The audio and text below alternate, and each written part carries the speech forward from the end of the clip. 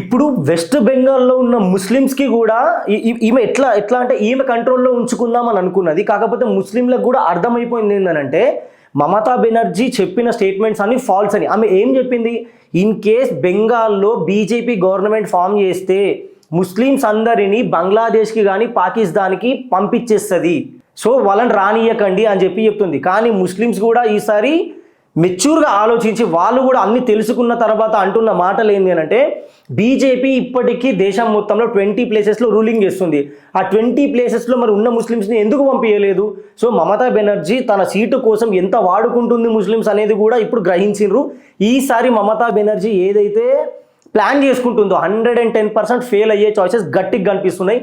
ఎందుకంటే అక్కడ ఉన్న ముస్లిమ్స్ కానీ హిందూస్ కానీ కంప్లీట్గా బీజేపీకే సపోర్ట్ చేద్దామని అనుకుంటున్నారు. ఈమె రెచ్చగొట్టిన ముస్లిమ్స్ రెచ్చిపోయి వీళ్ళపై హిందూస్ పైన పడిపోయే ముస్లిమ్స్ కూడా ఎవరైతే ఫేక్ ఓటర్స్ ఉన్నారో దగ్గర 90 lakhs ఓటర్స్ని ఫేక్ ఓటర్స్గా గుర్తించి వాళ్ళని రిటర్న్ కూడా పంపించడం కూడా జరిగింది.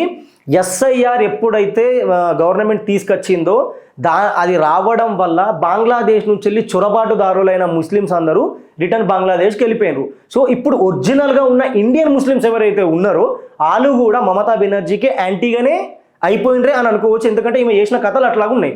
వాళ్ళని వాడుకోవడం, వాళ్ళని హిందూస్ పైన రెచ్చగొట్టే దాడులు చేపించడం తప్పిస్తే వాళ్ళ కోసం, వాళ్ళ లైఫ్ల కోసం, వాళ్ళ ఎడ్యుకేషన్ సిస్టమ్ కోసం కానీ అసలు ఏం చేసిందే లేదు అని చెప్పి వాళ్ళకు కూడా ఫుల్ క్లారిటీ వచ్చేసింది.